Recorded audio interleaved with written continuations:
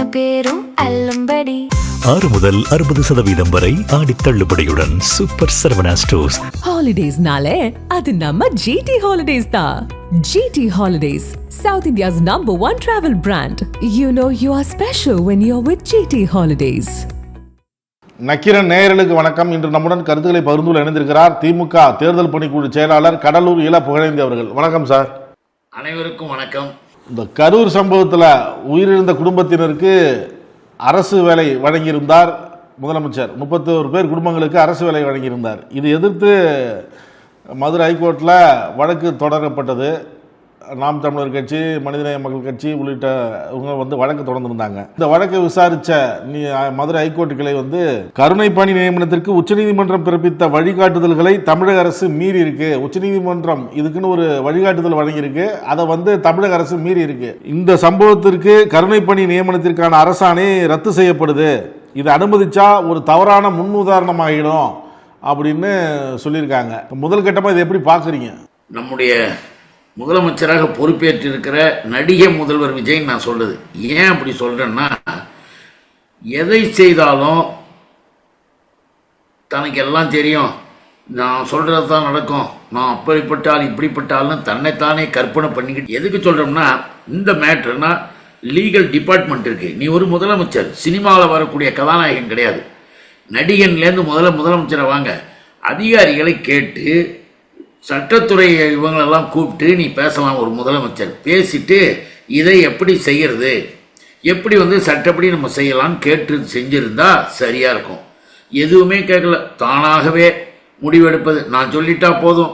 இன்னைக்கு என்ன ஆச்சு, ஹைகோர்ட் என்ன சொல்லுது, இப்படிப்பட்ட நிலையில் இது கொடுக்க முடியாது, சட்டப்படி தவறுன்னு சொல்கிறாங்க. கருணை உள்ளத்தின் அடிப்படையில் பாவம் அவங்க இறந்து போய் அந்த குடும்பம்லாம் எவ்வளோ தவிச்சிக்கிட்டு இருக்கு. நீ திரும்பி கூட பார்க்காம ஓடி வந்த ஒரு ஆள் இன்னைக்கு பதவி வந்தோன்னா ஏதாவது பண்ணி எல்லாரையும் உன் பக்கம் இழுத்துக்கணுன்று இந்த மாதிரி ஒரு வேலையை பண்ணலான்னு நீ செஞ்ச. அதை கூட முறையாக சட்டப்படியாக எப்படி செய்யலான்னு கேட்டு செஞ்சுருக்கலாம். அதை விட்டுட்டு தேவையில்லாமல் நீயா முடிவெடுத்து, இதே மாதிரி தான் ஒவ்வொரு விஷயத்திலையும் முதலமைச்சராக இருக்கிற நடிகர் விஜய், அந்த விஜயினுடைய செயலின் காரணமாக பாதிக்கப்படுறது தமிழ்நாடு. இன்னைக்கு அந்த மக்கள் பாதிச்சிருக்காங்கன்னா அதுக்கு காரணம் விஜய் தான். இப்போ சுப்ரீம் கோர்ட் போயிருக்கன்ற, சுப்ரீம் கோர்ட்லையாவது ப்ளீஸிங்காக போய் நாங்கள் இனிமேல் இப்படிப்பட்ட இது நாங்கள் எதுவும் தரமாட்டோம், இது தந்ததை நீங்கள் ஏதாவது வச்சுங்கன்னு சொல்லிட்டு கூட அந்த குடும்பத்துக்காக கஷ்டப்பட்டுக்கிட்டு இருக்க குடும்பத்துக்காக பேசலாம். இல்லையா, உன்னுடைய சொந்த பணத்தில் ஒரு குடும்பத்துக்கும் 1 கோடி ரூபாய் பணத்தை கொடுத்து அவங்களுடைய இயலாமையை கஷ்டத்தை போக்கு. அதை விட்டுட்டு இந்த மாதிரி யாரையும் எதையும் கேட்டுக்காம உன் விருப்பத்துக்கு நீ ஒன்று செஞ்சுக்கிட்டு போனால் என்ன ஆகும்? அதுதான் விஜய்க்கு கிடைத்திருக்கிற பாடம். இந்த பாடத்தையாவது ஒழுங்கா படின்றதான் நம்ம சொல்றோம். இந்த தீர்ப்பை எதிர்த்து அவங்க மேல்முறையீடு போவதற்கான வாய்ப்பு அதிகம் இருக்குன்னு சொல்றாங்க. இப்ப அந்த தீர்ப்பை எதிர்த்து அப்பீலுக்கு சுப்ரீம் கோர்ட்டுக்கு போகலாம்.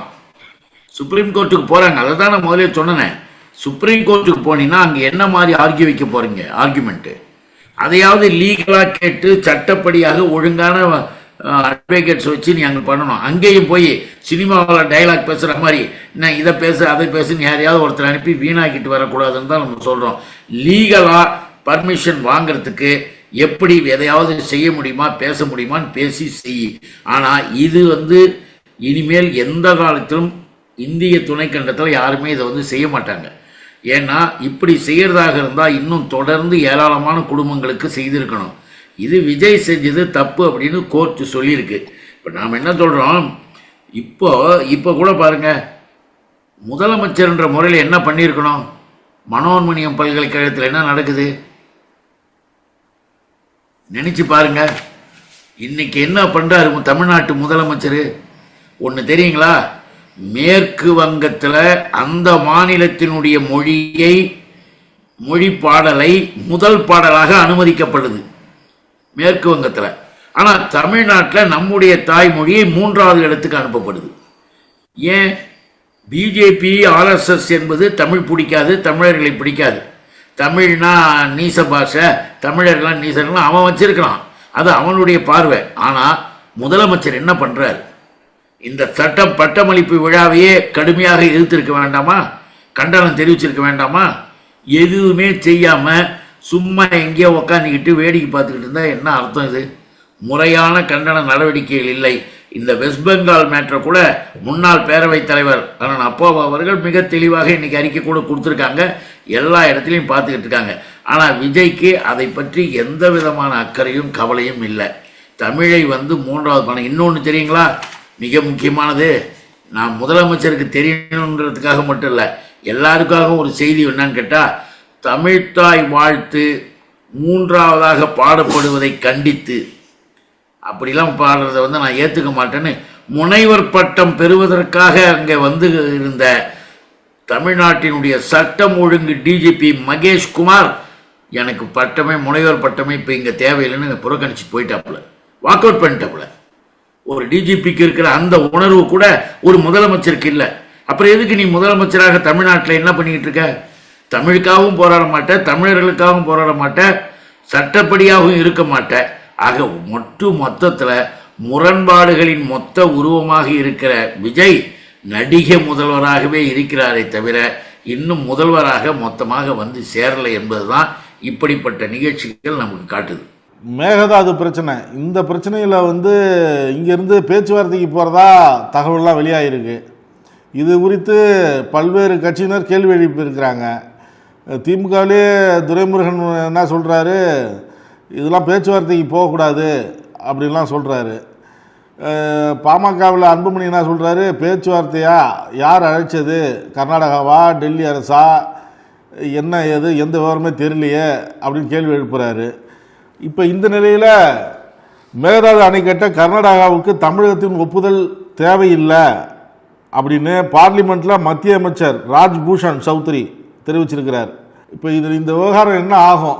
தமிழ்நாட்டினுடைய குரலாக திராவிட முன்னேற்றக் கழக எம்பிகள் தொடர்ந்து 4-5 நாட்களாக இந்த மேகதாது பிரச்சனைக்காக அங்கே போராட்டம் செய்கிறாங்க. எல்லா இடங்களிலுமே பார்லிமெண்ட் முழுக்க குரல் எழுப்புகிறார்கள். மேகதாது பிரச்சனையில் தமிழ்நாடு பாதிக்கப்படக்கூடாது, மேகதாது அணை மட்டும் கட்டிவிட்டால் தமிழ்நாட்டிற்கு ஒரு சொட்டு நீர் கூட இல்லாமல் வறண்டு போகின்ற நிலைமையெல்லாம் வரும். இப்படிப்பட்ட சூழ்நிலையில் மேகதாது அணை கட்டக்கூடாதுன்னு ஏற்கனவே இருக்கக்கூடிய விதிகள், ஏற்கனவே இருக்கக்கூடிய தீர்ப்புரைகளை வச்சு முடிக்கணுமே தவிர அதை விட்டுட்டு இப்போ வேடிக்கை பார்த்துக்கிட்டு இருக்கக்கூடாது. இதில் ஒரு வேடிக்கை பார்த்தீங்களா, காங்கிரஸுக்கும் பிஜேபிக்கும் என்ன உறவு? தமிழர்களை எதிர்க்கணும், தமிழ்நாட்டுக்கு எதிர்ப்பாக இருக்கணும், அதுதானே இப்போ தெரியுது. ஏன்னா கர்நாடகாவில் இருக்கிறது காங்கிரஸ் கவர்மெண்ட்டு, இங்கே இருக்கக்கூடியவர்கள் அது வேடிக்கை பார்த்துக்கிட்டு இருக்கிற மாதிரி பிஜேபி நீ செய்யி நீ கட்டு அப்படின்ற மாதிரி காங்கிரஸ் கவர்மெண்ட்டுக்கு ஒரு கெட்ட பேரையும் தமிழ்நாட்டில் அவங்களுக்கும் இருக்கிற கொஞ்ச நஞ்ச பேரை கெடுக்கிற மாதிரியும் பிளான் பண்ணுறாங்க. ஆக 2 உறவுகள் உளவாளிகளாக இப்போ நடந்துக்கிட்டு இருக்கிற இந்த வேலையில் நம்முடைய திராவிட முன்னேற்ற கழக அரசினுடைய கொள்கை, அந்த அரசு இருக்கும், நம்முடைய அரசு இருக்கும் பொழுதும் எதிர்த்து நிறுத்தியாச்சு. இன்னைக்கு இது மாதிரி மிக கடுமையான முறையில் குரல் எழுப்பியிருக்கிறோம். இவைகளெல்லாம் இருக்கும்போது முதலமைச்சர் என்ன செய்கிறார்? முதலமைச்சருடைய குரல் எப்படி இருக்கு? ஏன் முதலமைச்சர் மிகப்பெரிய போர்க்களத்தை அமைக்கக்கூடாது? தமிழ்நாட்டில் முதல்வர் தலைமையிலேயே குரல் எழுப்பினார்கள் சட்டப்பேரவை உறுப்பினர்கள். அனைத்து சட்டமன்றத்தில் அனைத்து சட்டமன்ற உறுப்பினர்களும் சேர்ந்து தீர்மானம் நிறைவேற்றணும் மேகதாதுக்கு. எல்லாம் ஒரு மனதான் நிறைவேற்றியாச்சு. அதைத்தான் எங்களுடைய தலைவர் மக்கள் முதல்வர் தளபதி கூட சொன்னார். சட்டமன்றத்தில் எல்லாரும் நிறைவேற்றி நிறைவேற்றிய அந்த தீர்மானத்தின் நகலை பார்லிமெண்ட்டுக்கு மட்டும் இல்லை, நேராக பிரைம் மினிஸ்டருக்கு அனைத்து கட்சி தலைவர்களையும் அழைத்து கொண்டு போய் கொடுக்கணும்னு அவர் சொல்லும்போது நேரம் இல்லை. யாருக்கு? தமிழ்நாட்டின் நடிகை முதல்வர் விஜய்க்கு நேரம் இல்லையா? நேரம் இல்லைன்னு எங்கே போனார் தெரியுமா? ஜனநாயகன் படம். அந்த ஜனநாயக படத்தினுடைய வேலையை பார்க்கறதுக்கு அவருக்கு ரொம்ப அதிகமான பலுவாயிடுச்சு. இது மேகதாதுவை விட்டுட்டார். இன்னைக்கு மேகதாதுல அவங்க அடுத்த கட்டம் போறாங்க. அதனால விஜய் பொறுப்பில் இருக்கின்ற காலம் வரை அவரை நம்பிய இளைஞர்களையும் மாணவர், இந்த சின்ன வயசு இளைய வயசுள்ள தோழர்களையும் தம்பிங்களையும் விஜய் இன்னும் எந்தெந்த அளவிற்கு மோசம் செய்ய போறார் நமக்கு தெரியல. இப்பொழுதாவது நாம சொல்வது, அனைத்து கட்சியினரையும் கூட்டத்தை கூட்டி அடுத்த கட்ட முடிவை எடுக்க வேண்டிய கடமை முதலமைச்சராக இருக்கிற விஜய்க்கு இருக்கு. அதை அவர் செய்யணும்னு எதிர்பார்க்குறாங்க. செய்யலன்னும் போது தற்கூரி விஜயாகவே இப்படியே தலைதெறிக்க போயிட்டு மிக தெளிவாக தமிழ்நாட்டில் ஒரு ஆட்சி இருக்கிறது என்பதே தெரியாத அளவுக்கு யூனியன் கவர்மெண்ட் நம்மளை வேடிக்கை பார்த்து கேவலப்படுத்துது, இழிவுபடுத்துது. இன்னைக்கு விஜய்க்கு இருக்க வருத்தம் என்னன்னு தெரியுமா? இன்னைக்கு விஜய்க்கு ஒரு பெரிய வருத்தமா 2 நாளா என்ன தெரியுங்கள்ல, கிருஷ்ணகிரி மாவட்டமும் அதை சுற்றி இருக்கிற பகுதிகளையும் இன்னும் பக்கத்து மாவட்டங்களில் 8 பேர் மட்டும் ஜனநாயகம் படத்தை ஒரு ஷோ பார்த்துருக்காங்க. வெறும் 8 பேர் பார்த்தாங்கன்னு உடனே அந்த செய்தியை முதலமைச்சருக்கு அனுப்பியிருக்கிறாங்க. மக்களே வரல. முதல் நாள் போட்ட ஆட்டமெல்லாம் முடிஞ்சு போச்சு. மக்கள் வரவேற்பு இல்லாமல் ஜனநாயகன் என்ற படம் படுதோல்வி அடைஞ்சிருக்குன்னு முதலமைச்சர் கஷ்டப்படுறார். அதனால தான் சொல்கிறோம், நீ முதலமைச்சராக வா, நடிகை முதல்வராகவே இன்னமும் இருக்க வேண்டாம் என்பதுதான் நம்முடைய கருத்து. நீட் விவகாரம் தொடர்பாக டெல்லியில் போராட்டம் நடந்தது. மத்திய அமைச்சரை பதவி விலக சொன்னாங்க. தர்மேந்திர பிரதானும் பதவி விலகினாரு. அதுக்கு பதில் வேற கல்வி அமைச்சரையும் போட்டாச்சு. இப்போ அவங்க இந்த விவகாரத்தில் சுப்ரீம் கோர்ட்டே கண்டனம் தெரிவிச்சிருக்கு. அதாவது ஏன் இந்த அளவுக்கு தண்ணீர் நடத்துனீங்க?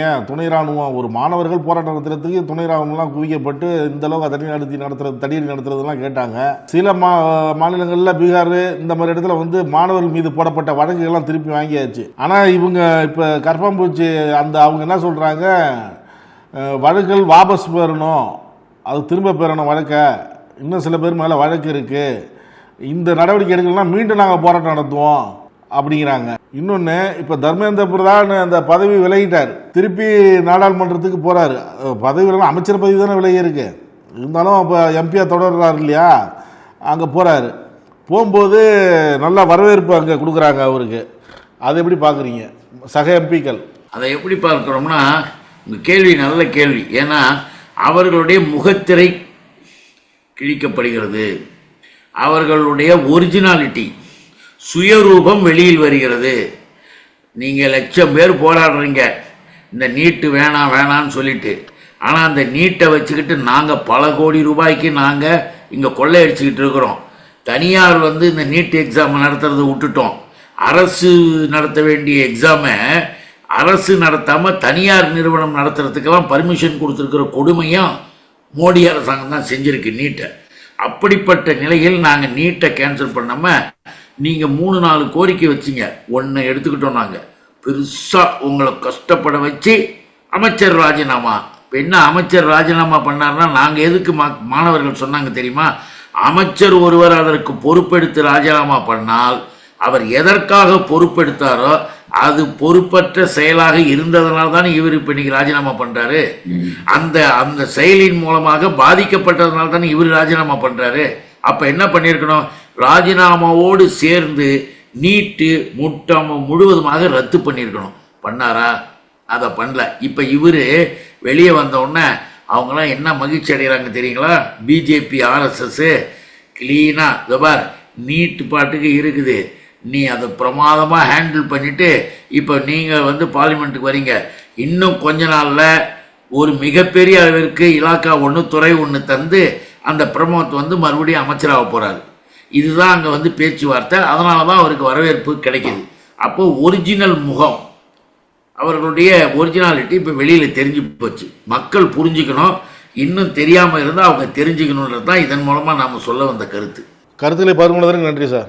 அனைவருக்கும் வணக்கம், வாழ்த்துக்கள், நன்றி. நக்கீரன் டிவிக்கு சப்ஸ்கிரைப் செய்யுங்கள். உங்கள் ஆதரவே எங்கள் பலம். ஆசிரியர்களுக்கு நண்பனாகவும் மாணவர்களுக்கு ஆசானாகவும் திகழும் தேர்வு வழிகாட்டி. ஒவ்வொரு பாடத்திற்கும் அனுபவமிக்க ஆசிரியர்களின் துல்லியமான தெளிவான விடைகள். CNC இருக்கு, தேர்வு பயம் எதற்கு? இது தீரன் பப்ளிஷிங் ஹவுஸ் விற்பனை வெளியீடு.